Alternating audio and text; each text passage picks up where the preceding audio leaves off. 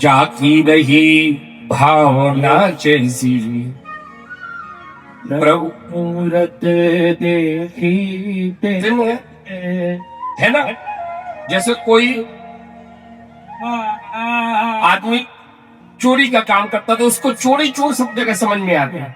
अच्छा ऐसे ही कोई अच्छा आदमी होता है उसको सब अच्छे लगते हैं, कोई बुरा भी होता है तो उसको अच्छा लगता। क्यों? कि उसकी भावना अच्छी है। अच्छा ये देवराज नाम का जो ब्राह्मण था, इसने कभी संकर्म जो किया नहीं। पिताजी ने उसका विवाह भी करा दिया, पत्नी भी थी, लेकिन सत्कर्म कभी नहीं करे। आखिरी में ये हुआ कुछ समय पश्चात में, एक दिन ये वहीं के सरोवर में अपने गांव के पास वाले सरोवर पे स्नान करने गया। अच्छा वहां सामने सरोवर के उस घाट पर एक शोभावती नाम की वेश्या थी, वह स्नान करने पहुंची।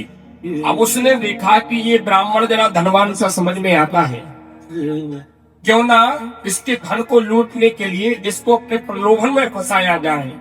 और शोभावती नाम की वेश्या ने उस ब्राह्मण को अपने हाव भाव दिखा करके उसको आकर्षित कर लिया, और उसको आकर्षित करके महाराज अपने साथ में वह रहने लगी, और वह दोनों पति पत्नी की तरह सांसारिक धर्म में प्रवृत्त होकर रहने लगे। अब शोभावती नाथ की वेश्या के लिए पास में यह ब्राह्मण जो भी धन कमाए, जो भी यहाँ वहां से धन लेकर के आए, सब शोभावती को दे देंगे। इतना जब होता रहा कुछ समय हो गया, एक दिन उसकी माँ ने बहुत समझाया कि बेटा हम ब्राह्मणों का और मनुष्यों का यह धर्म नहीं है कि हम इस कर्म को कुकर्म में रहें, इसमें हमको नहीं रहना चाहिए। लेकिन यह तो होनी थी। उस ब्राह्मण के क्रोध में आकर के अपने माता पिता और अपनी पत्नी को ही मार दिया।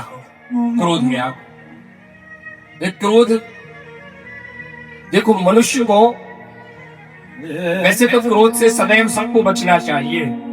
कहा गया है क्रोध क्या है? क्रोध मूल अनर्थ का मूल है क्रोध।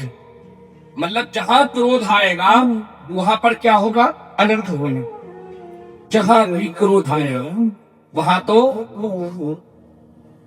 अनर्थ होना है। इस बात का ध्यान रखना आप लोग। जहां भी क्रोध आया, क्रोध जो प्रकट हो गया तो अनर्थ होना ही है। और ये क्या है क्रोध?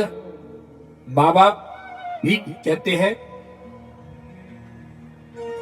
काम क्रोध मद लोभ शम यमुनाथ नरक के पंथ। क्या है? काम क्रोध मद लोभ, ये क्या है? नरक के पंथ है, नरक के द्वार है। गीता में भी भगवान कहते हैं त्रिविधम नरक सैकम द्वारा कामः क्रोधस् तथा लोभस् तस्मादेत। इनको त्याग देना चाहिए। ये नरक के दरवाजे हैं महाराज।